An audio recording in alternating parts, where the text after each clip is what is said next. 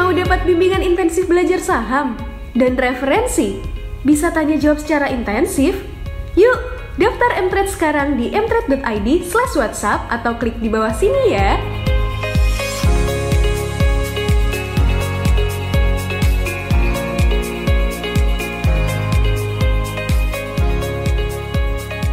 Jadi Bukalapak ini satu pelajaran yang cukup besar buat kita, termasuk buat saya dan juga buat mtrade juga.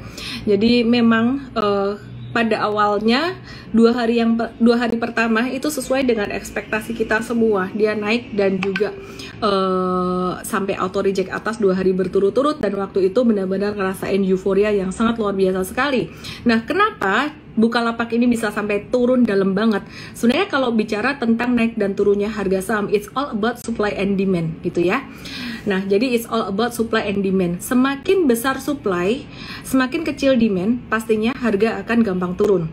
Nah, kebalikannya, kalau semakin kecil supply, semakin besar demand, pastinya dia akan lebih gampang naik. Waktu itu Bukalapak banyak banget dibandingkan dengan UVCR, bareng IPO-nya hampir-hampir bareng.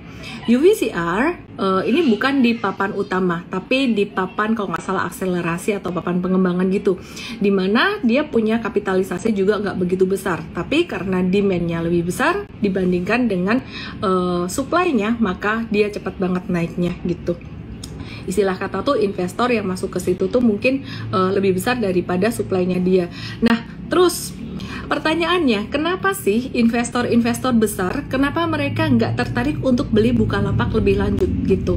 Padahal setelah jatuh itu kayaknya foreign banyak masuk ke Bukalapak. Nah, kenapa kok terus akhirnya malah investor-investor besar nggak jadi beli-beli banyak, tapi justru malah jualan? Berdasarkan riset yang kita pelajari ya, jadi akhir-akhir ini kita cari terus, kita gali terus apa yang terjadi sih dengan investor-investor besar terhadap Bukalapak ini, pandangannya tuh gimana? Karena kalau demand-nya kecil dari investor gede, kita mesti tahu mindset-nya mereka tuh gimana, dan ini nanti pelajarannya teman-teman bisa pakai ke depan untuk IPO ke depan, termasuk untuk yang non-teknologi maupun yang teknologi, termasuk persiapan tahun 2022 kalau ada IPO Gojek, Tokopedia, dan juga teman-temannya yang lainnya. Waduh, kalau gitu jangan beli IPO GoTo dong. Ada bedanya. Oke, sekarang kita mau pelajari apa sih yang jadi pola pikir dari investor-investor besar itu, kenapa mereka nggak lanjut beli Bukalapak dan jual gitu.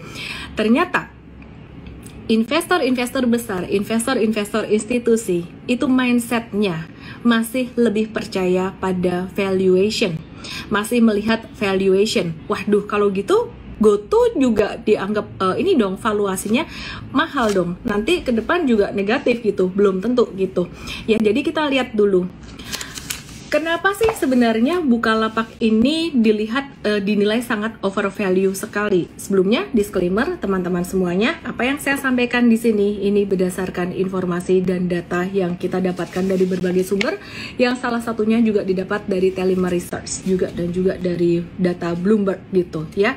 Jadi dari data-data yang kita kumpulkan, ternyata investor besar menilai bahwa Bukalapak ini masih sangat overvalue, dinilai dari EV to sales-nya di angka 32 kali untuk full year, untuk forward 2022. Ini terbilang premium, jadi dianggap premium 334% untuk baby Amazon. Maksudnya baby Amazon tuh apa sih? Baby Amazon tuh artinya adalah e-commerce di emerging market gitu. Terus kenapa kok bisa dibilang kemahalan? Yang pertama tadi dianggap premium 334% untuk baby Amazon di emerging market. Yang alasan kedua adalah karena waktu itu kenapa sih kok bisa sampai tinggi banget valuasinya dijual dengan harga valuasi setinggi itu? Karena scarcity dari tech IPO di Indonesia. Scarcity mungkin bahasa ini agak-agak kurang tepat. Lebih tepatnya adalah euforia.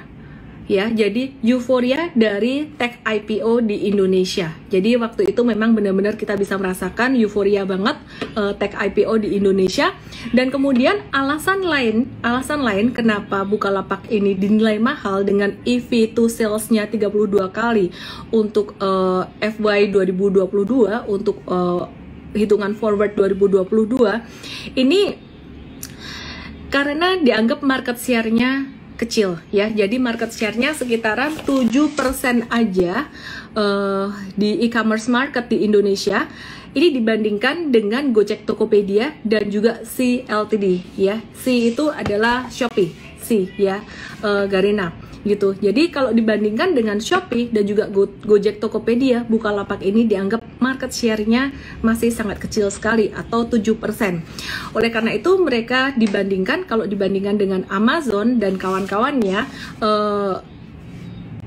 Bukalapak ini dianggap seperti incumbent-nya di US. Kalau di US tuh waktu itu Amazon tuh yang growing, mereka incumbent-nya adalah Buy.com dan iMall yang lama-lama agak-agak slow down dan market share-nya menurun gitu. Jadi teman-teman sorry ya, ini mungkin datanya agak nggak enak, mungkin didengar teman-teman dari Bukalapak agak nggak enak juga, but I'm so sorry. Aku cuma nyampein data di sini apa adanya, jadi bukan mau menggiring untuk teman-teman buy or sell gimana, keputusan beli dan jual di teman-teman semuanya gitu.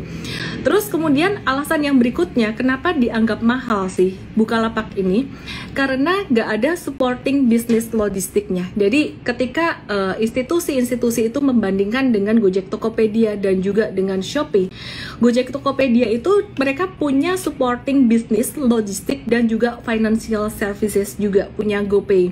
Shopee juga punya ShopeePay. Jadi itu dianggap sebagai satu kekuatan. Selain itu, kenapa dianggap overvalue? Ya, kenapa dianggap overvalue? Karena dianggap GoTo, sekali lagi dibandingkan dengan GoTo dan juga Sea Limited ya, atau Shopee, ini mereka lebih punya funding atau capital yang lebih bagus gitu, jadi better funded gitu.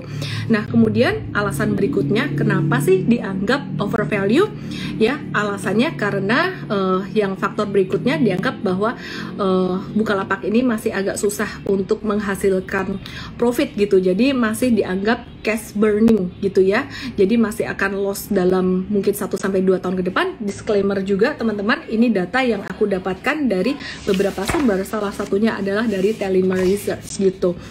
Kemudian yang berikutnya, Bukalapak ini dia juga masih bergantung pada third party sales. Pertanyaannya adalah, kenapa kok Mtrade nggak ngomong ini dari dulu? Datanya aja baru kita dapat tanggal 1 Desember kemarin gitu ya, jadi kita nggak bisa tahu apapun, kita nggak bisa tahu 100% apa yang dipikirkan oleh big investor. Yang kita bisa lakukan adalah antisipasi teman-teman. Jadi pertanyaan besar adalah, kenapa sih ini big investor kok mereka nggak beli-beli Bukalapak? Kenapa kok demand-nya kecil dibandingkan dengan supply-nya, sehingga harganya turun terus? Jadi beberapa faktor tadi kita cari dan kita dapat alasan tersebut. Waduh, kasihan dong investor retail, kasihan dong kita sebagai trader retail, kena ampasnya terus, kena di belakangnya terus gitu. Gimana caranya kita bisa tahu cara berpikir dari investor besar? Cara antisipasinya gimana? Dari kejadian ini kita belajar banyak sekali dan kita menyimpulkan yang pertama adalah selalu wait and see untuk IPO stock. Saya tidak mengatakan bahwa IPO teknologi itu jelek dan selalu overvalue. Dari investor besar sendiri saat ini mereka menilai Gojek, Tokopedia dan juga Shopee itu dalam tanda kutip masih lebih bagus dibandingkan dengan yang saat ini udah melantai di bursa, dari beberapa faktor yang tadi saya sebutkan. Tapi sekali lagi, kalaupun dinilai oleh saat ini analis menilai positif, kita belajar dari masa lalu. Waktu itu ketika Bukalapak mau melantai atau mau IPO, itu beberapa analis mengatakan, wah ini potensial. Story fundamental dari beberapa sekuritas, meskipun tidak semuanya.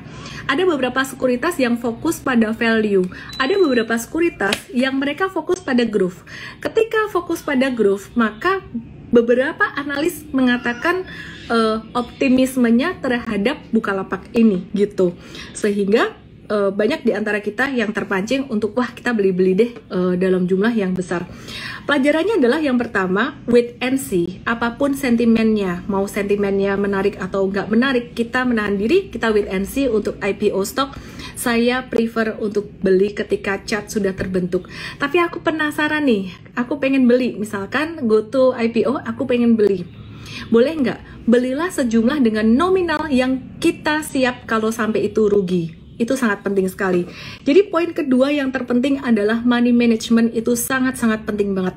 Jadi meskipun di Mtrade kita mengakui bahwa kita belajar dari kesalahan ini sangat-sangat besar sekali gitu ya. Harga yang harus dibayar itu sangat besar. Tapi dengan 10% aja money management, kalau ngikutin maksimal 10% beli di sini, seharusnya kerugiannya tidak akan sampai menggerus total portfolio, kecuali belinya dalam jumlah yang besar gitu. Kemudian yang ketiga, pelajaran yang kita dapatkan yang ketiga adalah kita mau fokus lebih more to technical analysis than the story. Kita mau fokus lebih pada analisis teknikal daripada story fundamental. Jangan lupa download aplikasi Mtrade di Android dan nikmati edukasi premium sekarang.